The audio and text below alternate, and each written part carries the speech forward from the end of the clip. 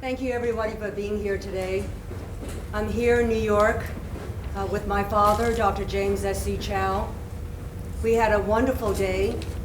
We went to visit CCBA, and then we had a parade where we were welcomed and led by the leaders of CCBA, and there were people all over the sidewalks. There must have been hundreds and hundreds of people, and it was so wonderful to see everyone. From there, we went to the American Legion, Kim Lau 1291 post, and of course, because Monday is Memorial Day, we laid a wreath in front of the Kim Lau Arch, and then from there, we went on to open the exhibit that showed the railway workers of the 1890s and how they contributed to building the greatest infrastructure of that time, which was the American Railroad. The Chinese workers suffered a great deal. Many lost their lives, but in their wake, they left a magnificent railway construction infrastructure system that contributes to this day to the vitality and the economic robustness of America. So I was very honored to be able to open that exhibit and hope that many people will come and visit this exhibit of photographs taken well over 100 years ago and see the faces of men, because they were primarily men, Chinese men, who left behind their loved ones to be able to come to America and forge a new center, a new future. And that is a story that is one that we Asian Americans know so well. As you know, I came here when I was 8 years old as a young child, not speaking a word of English. I got my citizenship at the age of 19. My father came to America first, and it took him 3 years before he was able to bring me, my two sisters, my mother to America. And he left when my mother was 7 months pregnant with their third child. So my father did not see his third daughter until she was 3 years old. So my purpose in coming to Chinatown is to, number one, thank my community, because I will always remember the tremendous support, encouragement, and affection that my community has always shown me. As mentioned, I was here when I was Deputy Secretary of Transportation, and then I was here when I was Secretary of Labor, and now I'm delighted to be back as the Secretary of Transportation. So I want to thank the community and thank everyone who has written so many emails, faxes, letters, and sent all sorts of good greetings to my family and to me. It has warmed my heart.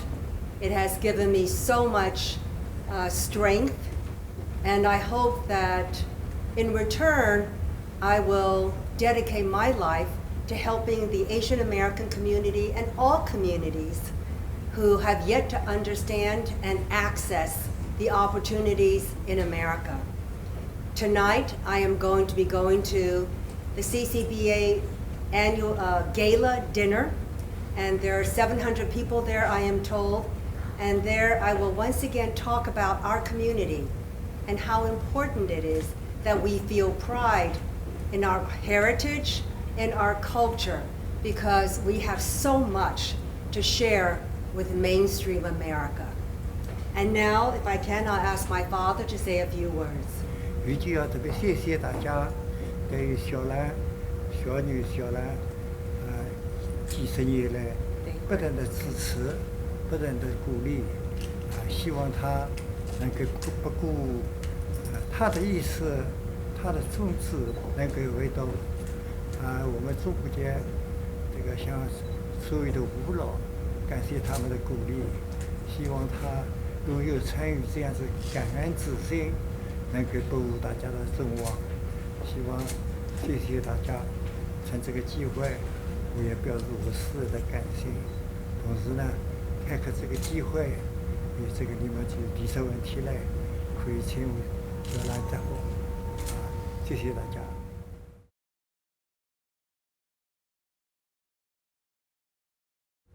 Well, the president announced the budget, the mandatory part of the budget, on May 23rd. And in that budget, the president announced that we will have a new infrastructure proposal.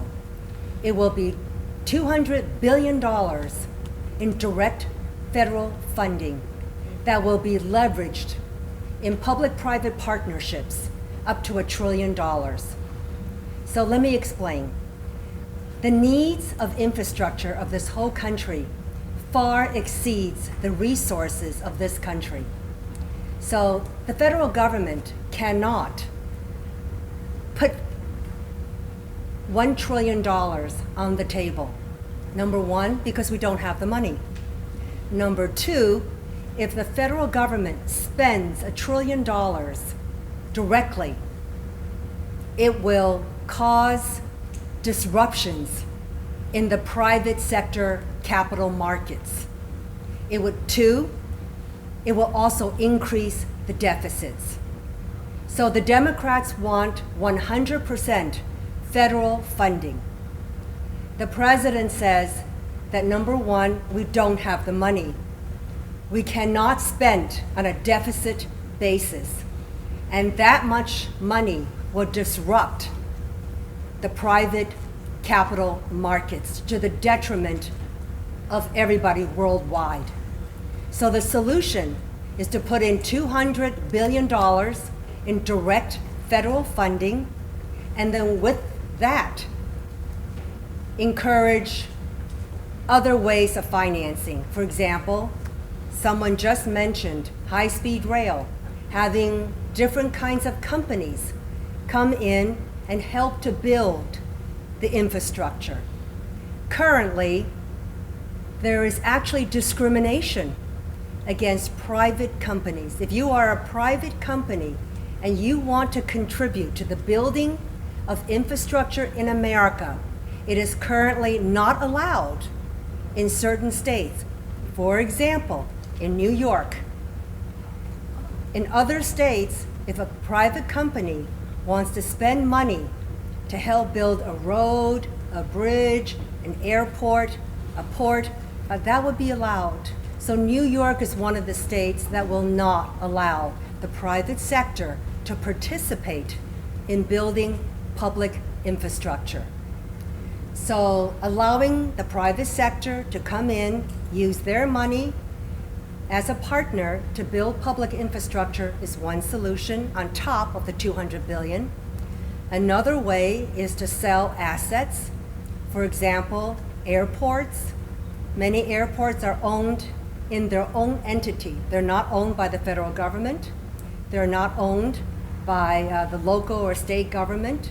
Some are owned by the federal government, but the ones that are not owned by the government actually operate very well. And in many other countries, the airports, the public, sometimes the bridges, are not owned by the government. So we want to be able to talk with state and local governments and see whether they are also willing to sell some of their infrastructure. And then with that, use the money from the sale of the airport, make it into a separate entity, use it to build a bridge. So these are all a number of really innovative and creative ways to build our infrastructure. Because once again, the government cannot fund $1 trillion. That would increase our deficit and it would damage our public markets.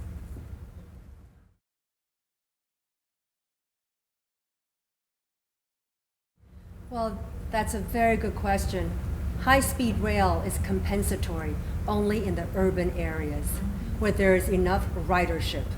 And that's part of the problem with Amtrak. So Amtrak is profitable between Washington, New York, and Boston. Yes. Every other route is not compensatory. Yes. So the federal government subsidizes about $1 billion every year for Amtrak. 所以它有技术性，有 technician 方面的一个要求 for high speed. High-speed rail, it's very glamorous. Yes. People like to have it, but it has to have ridership. So it needs to be in an urban area where there's density of population and where there is ridership that can support that. But actually, the United States has no expertise in high-speed rail. It's high-speed rail can be found, expertise can be found in Spain, Italy, Yes. France, Germany, Japan, and China. So, but the most important thing is you have to have a right-of-way. It has to be new because it has to be straight. And that means that it has to be new land. And getting that land is very difficult.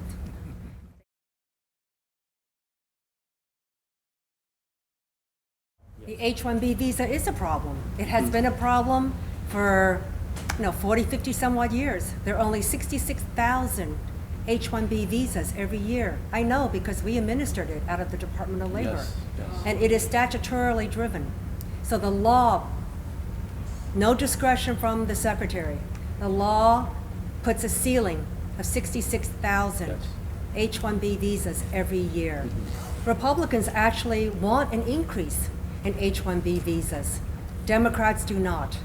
So this whole issue is tied up with the whole immigration amnesty issue. But I have many Republicans have always thought that it was one of the silliest policies that this country has. Our great American universities educate so many foreigners, and yet when they graduate, they have no visa. So they either go home or they have to try to find another area that they can study in.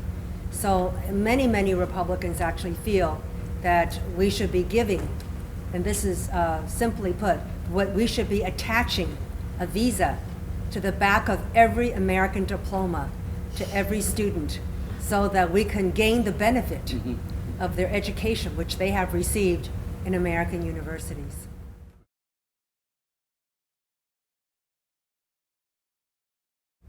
I think the future is very, very bright for our young people in this country. There are so many opportunities here. When I was growing up, I thought that if I lost an opportunity, I would never have another opportunity again. And that's not true. There are so many opportunities here in America, you can hardly grab them. And if you miss one, it's okay. Another one will be coming along. So I think young people should have confidence in the opportunities in this country. Work hard and find something they like to do, because that is most important. This country, the parents do not teach the children to shore up their weaknesses. The parents encourage the children to find their strengths. In Chinese culture, we try to tell the children to shore up their weaknesses. If they're not good in math, study math harder. Americans don't believe that. If you're not good at math, let it go.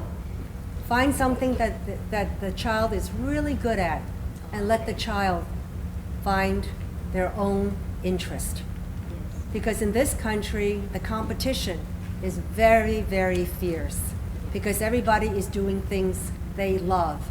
And if they love what they're doing, they're working very hard and they will work long hours. So so if you force a child to do something that they don't want to do in this country, the competition is very stiff. So it's very important to let the child find their own interests. I know this is very different from Chinese culture. And this is very difficult for Chinese parents to accept because Chinese parents want the best for their children. They want the best opportunities. But in this country, there's so many. So all you can do is help your child, give them the best training, and then they have to find their own way.